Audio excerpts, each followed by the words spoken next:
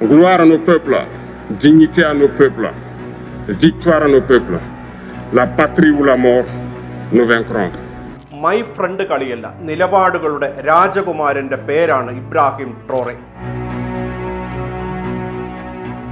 ആഫ്രിക്കയിലെ ഏറ്റവും അശാന്തമായ രാജ്യങ്ങളിലൊന്നാണ് ബുർക്കിന ഫാസോ. ഇവിടുത്തെ പട്ടാള ഭരണകൂടത്തിന്റെ പ്രസിഡന്റാണ് ഇബ്രാഹിം ട്രോറെ. ഇതിനകം റിയൽ ഹീറോ ആയി മാറി ട്രോറെ. അക്ഷരാർത്ഥത്തിൽ അതിജീവനത്തിന്റെയും ചെറുത്തുനിൽപ്പിന്റെയും മറുപേരായി മാറുകയാണ്. കാർഷിക മേഖലയിൽ സ്വയം പര്യാപ്തമാകാൻ ശ്രമിക്കുന്ന ബുർക്കിന ഫാസോയെ നാം ഏറ്റവും ഒടുവിൽ കാണുന്നത്.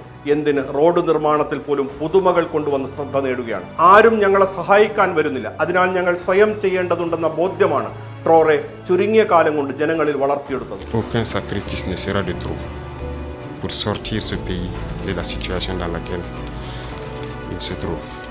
ഇതിന്റെ ദൃഷ്ടാന്തമാണ് ബുർക്കിന ഫാസോയിൽ കാണുന്നത്. മുൻ ഭരണാധികാരിയായിരുന്ന ലഫ്റ്റനന്റ് കേണൽ പോൾ ഹെൻറി ഡാമിബയ്ക്കെതിരെ നടന്ന കലാപത്തെ തുടർന്നാണ് 2022 ട്രോറെ അധികാരമേറ്റെടുത്തത്. അധികാരത്തിലെത്തിയ നാൾ മുതൽ രാജ്യത്തെ പുനർനിർമ്മിക്കാൻ തുടങ്ങിയതോടെ ഇദ്ദേഹത്തിന് ശത്രുക്കളും കൂടി. 20 വധശ്രമങ്ങൾ, അട്ടിമറി ശ്രമങ്ങൾ എന്നിവയെല്ലാം അതിജീവിച്ചു ഈ 37കാരൻ. ഇപ്പോൾ ആഫ്രിക്കൻ ചെഗുവേരയെന്ന് ഇബ്രാഹിം ട്രോറയെ വിശേഷിപ്പിക്കുന്നവർ ഏറെ. രാജ്യത്തു നിന്ന് ഫ്രഞ്ച് സൈന്യത്തെ പുറത്താക്കിയിരിക്കുകയാണ്. ഓരോ രാജ്യത്തെയും ഭരണാധികാരികൾക്കും പാഠപുസ്തകമാണെന്ന് ട്രോറെ.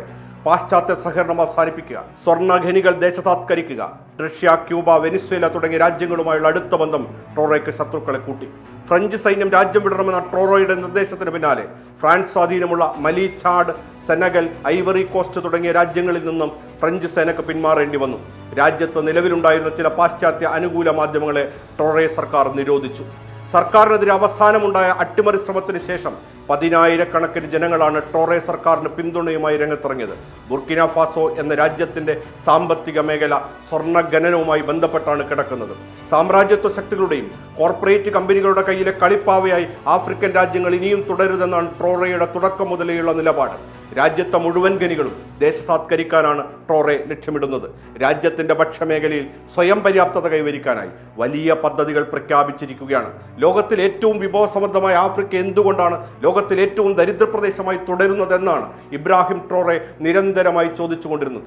രണ്ടാം ലോക മഹായുദ്ധത്തിൽ സോവിയറ്റ് യൂണിയൻ നേടിയ യുദ്ധവിജയത്തിന്റെ 80ാം വാർഷികത്തിന് റഷ്യയിൽ നടന്ന പരേഡിൽ പങ്കെടുത്ത് ട്രോറെ നടത്തിയ രാഷ്ട്രീയ പ്രസംഗവും ശത്രുക്കളുടെ എണ്ണം വർദ്ധിപ്പിച്ചു. 2023 ജനുവരിയിൽ ബുർക്കിന ഫാസോ ഫ്രഞ്ച് അംബാസിഡർ പിരിച്ചുവിട്ടത് ഞെട്ടലോടെയാണ് പാശ്ചാത്യ ലോകം നിരീക്ഷിച്ചത്. രാജ്യത്തിന്റെ കയറ്റുമതിയുടെ 80% സ്വർണ്ണമാണ്. ലോകത്ത് സ്വർണം ഖനനം ചെയ്യുന്നതിൽ 13ാം സ്ഥാനത്താണ് രാജ്യം.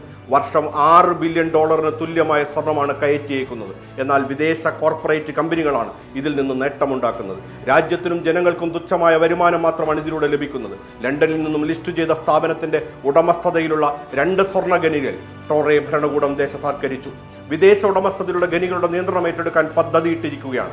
ലോകത്തിലെ ഏറ്റവും വിഭവസമൃദ്ധമായ ആഫ്രിക്ക എന്തുകൊണ്ടാണ് ലോകത്തിലെ ഏറ്റവും ദരിദ്രപ്രദേശമായി തുടരുന്നതെന്നാണ് ഇബ്രാഹിം ട്രോറെ നിരന്തരമായി ചോദിച്ചത്. ഈ ചോദ്യം ഓരോ പൗരന്റെയും ചോദ്യമായി. ഇതോടെ ഏത് ശക്തി തീരുവയുദ്ധം പ്രഖ്യാപിച്ചാലും ബാധിക്കാൻ പോകുന്നില്ലെന്നും ശരിക്കും അതിജീവനം എന്താണെന്നും ഒരു നാട് ലോകത്തിന് കാണിച്ചു കൊടുക്കുകയാണ്.